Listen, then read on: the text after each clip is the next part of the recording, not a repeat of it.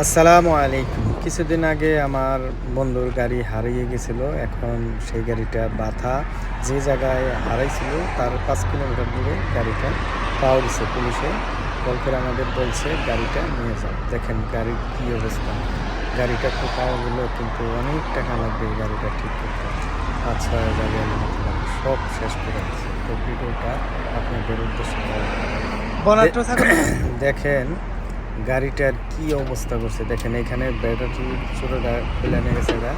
Accident করার পরে গাড়িটা এখানে রাখছিল, হয়তো কোনো এই এলাকার ছেঁচড়া চোরেরা ব্যাটারি খুলে নিয়ে গেছে, মানে ছোটো গ্লাসটা ভেঙে গাড়ির দিকে। তো ভয়াবহ অবস্থা করছে গাড়ির। হারুন ভাই, গাড়িটা কেমনে নিল কোনছে দেখি দর্শকের। আসলে আমি তলব নিয়ে গেছিলাম, পরে ওরা আমার কাছ থেকে অ্যাটাক করে গাড়িটা নিয়ে গেছিল আমার মাইতুরের যে লাঠি এগুলা গাড়ির ভিতরে আছে। কোন এখন জায়গায় লাঠিয়েছে দেন তো?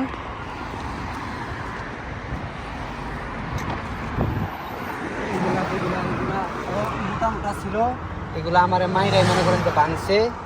এগুলো আরো অনেকগুলা ছিল, এনে কিছু আছে আর কি। আচ্ছা আচ্ছা। তো এলো খায়রুলকে মায়ের দূর করে তার কাছ থেকে গাড়ি, মোবাইল, টাকা পয়সা যা ছিল নিয়ে গেছে গা চোরেরা। কিন্তু নিয়ে গাড়ি বেশি দিন রাখতে পারে নাই, 1 মাসের মতো হয়েছে।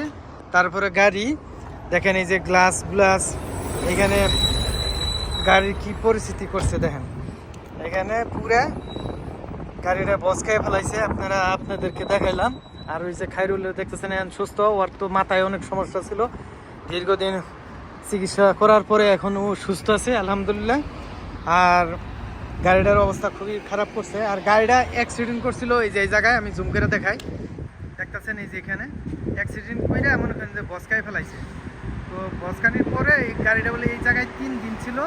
ওই যে এখানে সিসি ক্যামেরা আছে, ওই যে দেখতেছেন সিসি ক্যামেরা, ওই যে সিসি ক্যামেরার মধ্যে হয়েছে যে ওই সিসি ক্যামেরার ওইখানে তারা দেখছে যে এখানে যারা ছিল অ্যাক্সিডেন্ট করছিল তারা গেছে গা। আর এইখানে আপনার হইলো মাইট দিয়া পরে গাড়িটা এখানে থুয়া দিছিল এই সড়কের সাইডে। 3 দিন আসছিল। 3 দিন পরে মুরুলে আইসা পরে মুরুলে গাড়িতে ধাক্কাই না এখানে থুয়া দিছে। তো দেখছেন চুরির কি সাহস, গাড়ি নিয়ে হজম করতে পারে না। সৌদি আরব একটাই জিনিস, তারা গাড়ি নিয়ে হজম করতে পারে না। তো এখানে আর দেখেন এখানে গাড়িটা কেমন ছিল, আর কালো গ্লাস করছে, তাতে জানি ওদের চুর জানি না দেখা যায়। তো যাই হোক, এখন আল্লাহ করিম, আল্লাহ গাড়ি মিলাই দিছে। অনেক টাকা লাগবে এই গাড়িটা ঠিক করতে, প্রায় 1-1.5 লাখ টাকার মতো লাগবে বাংলাদেশের। তো আর কি, খায়রুল সুস্থ আছে। তো সবাই সাবধানে গাড়ি চালাবেন, খুব হুঁশিয়ার করে। সৌদি আরব চুরে গাড়ি নিয়ে টিকতে পারে না, কথা বুঝছেন? তো এলো কারবার। তো সবাই ভালো থাকবেন, সবার মঙ্গল কামনা করি। আর খায়রুলের জন্য দোয়া করবেন, সুন্দর সুস্থভাবে জানি গাড়ি ও ভবিষ্যতে চালাইতে পারে, সেটি সবার জন্য দোয়া ও ভালোবাসা।